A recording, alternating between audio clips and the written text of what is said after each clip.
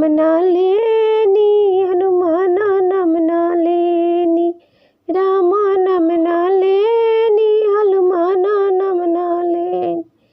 महादेवा नाम ना लेनी रे पापी मानवा, महादेवा नाम ना लेनी रे पापी मानवा।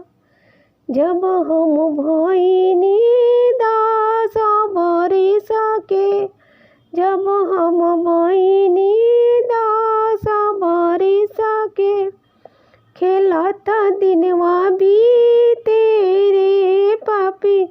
नवा, खेलत दिनवा बीते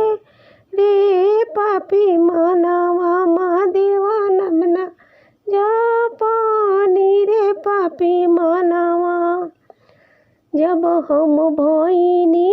बीस बरिस के, जब हम भोइनी बीस बरिस के, पापा जी कर दिहनी गवनवा रे पापी मानव, पापा जी कर दिनी गवनवा रे पापी नवा, महादेवा नाम ना लेनी रे पापी मानवा। जब हम भोइनी तीस बरिस के, जब हम भोइनी तीस बरिस के, मस्ती में मनवा लागल रे पापी मानवा, मौज मस्ती में मनवा लागल रे पापी मानवा, महादेवा नाम ना लेनी रे पापी मानवा। जब हम भोइनी 50 बरिस के, जब हम भोइनी 50 बरिस के, तू तो हिया कमवा करावे रे पापी मानव,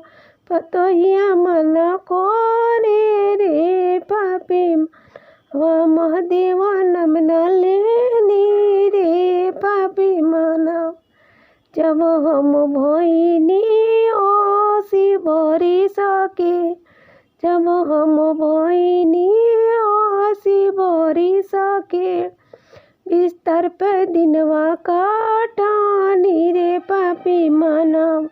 बिस्तर पे दिनवा काटनी रे पापी मानव, महादेवा नाम ना लेनी रे पापी नवा, महादेवा नाम ना लेनी रे पापी मानवा। जब हम भोइनी 100 बरिस के, जब हम भोइनी 100 बरिस के, ऊपर से टिकट काटल रे पापी मानवा, ऊपर से टिकट काटल रे पापी मानवा, महादेवा नाम ना लेनी